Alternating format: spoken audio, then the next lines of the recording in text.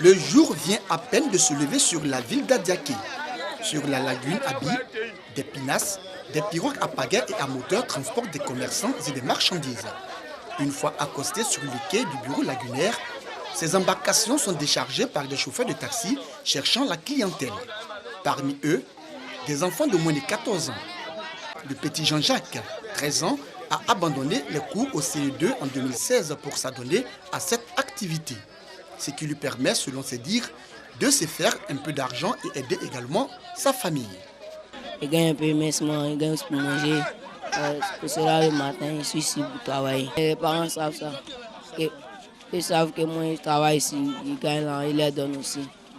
Comme Jean-Jacques, Jean-Marie, après son entrée en 6e à Abidjan, s'est retrouvé à Adiaké comme chargeur. La raison. Quand il était à Abidjan, il y a eu mon entrée en 6e là. On dit qu'ils vont me retirer à la-bas. Mais maman dit qu'à la-bas, ça ne l'arrange pas quand on dit 36 000 et quelques. Elle dit qu'elle, ça ne l'arrange pas quand elle parle là. Qui d'attendre? D'attendre quand on dit, c'est mon rebattu. À ce bureau lagunaire, de nombreux enfants dont l'âge varie entre 8 et 14 ans s'adonnent à cette activité. Une activité trop dure pour leur morphologie, décriée par certaines personnes, mais aussi par le président des chauffeurs de taxi d'Adiaké. Pourquoi est-ce qu'un enfant qui ne loue pas une maison, qui n'a pas de besoin, comme il se doit, vient au bord à 4 h du matin pour suivre la marchandise, pour moyennant quelque chose, 50 francs, 100 francs, alors que les parents sont là. Après le déchargement des pinasses et des pirogues et le chargement des taxis, direction le grand marché d'Adiaké. Là encore, ces enfants chargés de marchandises basculent vers une autre réalité, celle des transporteurs de bagages dans les brouettes.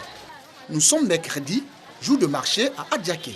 Silver, 10 ans, en classe de CM1, doit obligatoirement obtenir de l'argent pour subvenir à ses besoins. Il préfère donc sacrifier ses cours de mercredi. Au lieu d'aller de l'école, moi je viens travailler pour avoir un peu d'argent, pour aider ma parents. Parmi ces enfants transporteurs de bagages, certains sont déscolarisés et d'autres non scolarisés. C'est le cas du petit Yves Kwame, 11 ans. Mes parents m'ont jamais mis à l'école. Ça, pour me débrouiller à manger. Des activités qui, selon eux, leur procurent par jour 2000 à 2500 francs CFA. Ils sont encouragés par certains parents et commerçants. J'ai un fils qui vient se débrouiller samedi, dimanche. Il vient, il décharge pour payer uniquement que ces choses dans ses besoins, ces petits trucs. Bon, moi, je n'ai rien contre. Je pense que les jeunes là se débrouillent un peu bien, mais s'ils font ça, c'est parce qu'il n'y a pas d'activité ici. Donc, ils se débrouillent la pêche et puis décharger des trucs.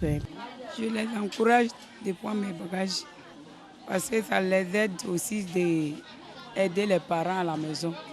Les autorités administratives de la localité se disent indignées par cette situation. Elles en appellent à la responsabilité des parents.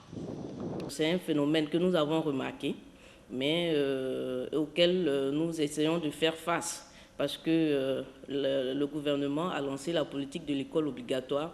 Donc on essaie de rattraper un tant soit peu également ces enfants qui sont en train progressivement de sortir du système scolaire. Pour l'inspecteur de l'enseignement primaire d'Adiaké et le directeur du centre social, cette situation est alarmante. Nous allons rencontrer les enfants.